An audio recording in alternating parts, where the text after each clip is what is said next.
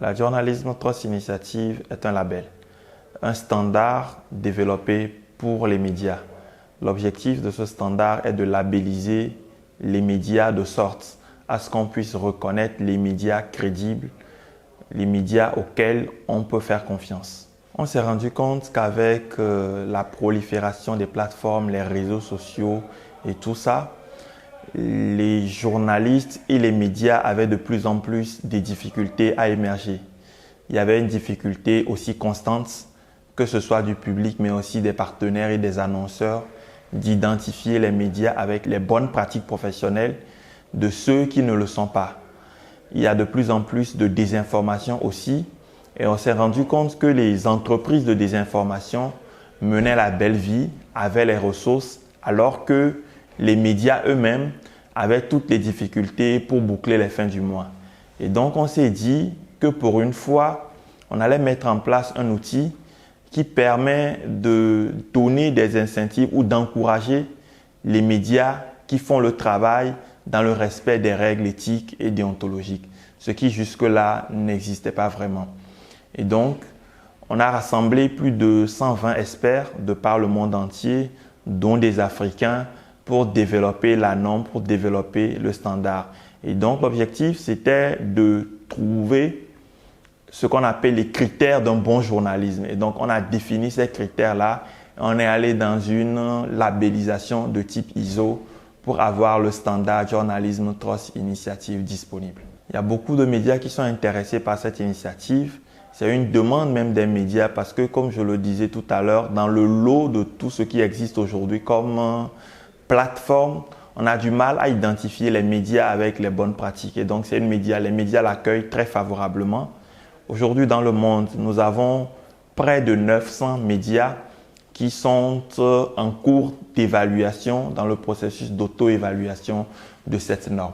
Il y a un très bon retour. Les journalistes et les médias le reçoivent bien. Beaucoup s'engagent même parce que c'est de plus en plus difficile d'identifier un journaliste de celui qui ne l'est pas. Tous ceux qui ont un smartphone aujourd'hui ou qui peuvent capter l'information se prévalent du titre de journaliste.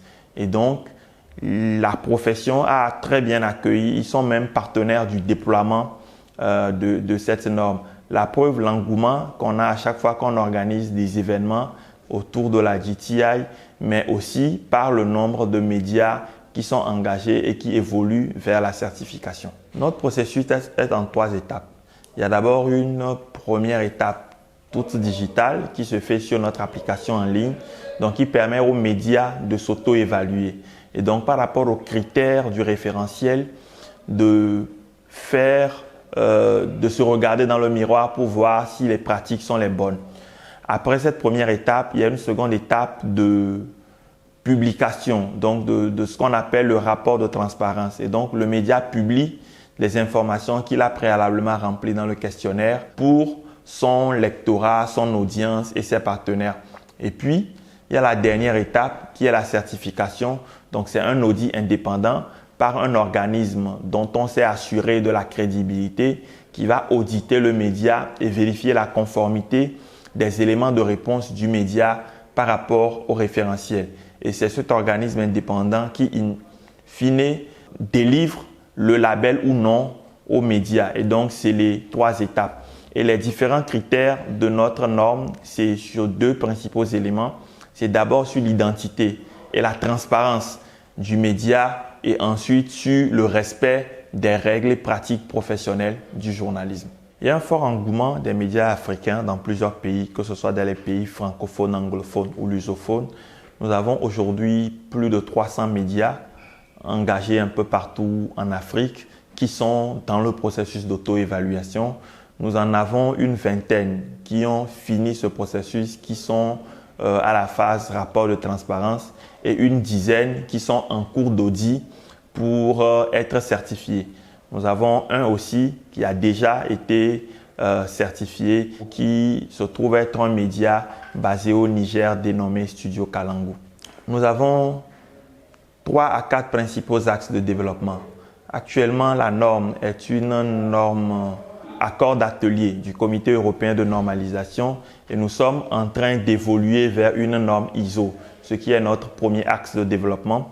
Le second, c'est d'avoir plus de médias engagés. Et donc, aujourd'hui, nous sommes à plus de 900 et notre objectif à très court terme, c'est de pouvoir avoir au moins 2000 médias sur chacun des 5 continents. Le troisième axe de développement aux perspectives, c'est les discussions que nous menons avec les plateformes et les partenaires annonceurs. Parce qu'une fois qu'un média s'astreint aux règles professionnelles et obtient cette certification, il faut que le média puisse avoir des avantages compétitifs, que ce soit en termes d'audience, de revenus, de Search Engine Optimization. Et donc, nous discutons avec les plateformes, nous avons un accord avec Microsoft et nous sommes en train de travailler actuellement avec les autres plateformes, que ce soit Meta, Google, pour intégrer notre norme et faire bénéficier d'un certain nombre d'avantages aux médias. Nous avons de très bons échanges, que ce soit avec la corporation, donc les médias en Côte d'Ivoire, mais aussi avec les autorités. Nous avons, grâce à l'appui de nos partenaires, organisé une série de rencontres de sensibilisation et d'accompagnement. Et sur les 300 médias africains, il y a plus de 50 qui sont des médias ivoiriens et qui sont engagés dans ce processus-là. Nous avons même un média ivoirien qui va bientôt démarrer son audit en vue d'aboutir à sa certification.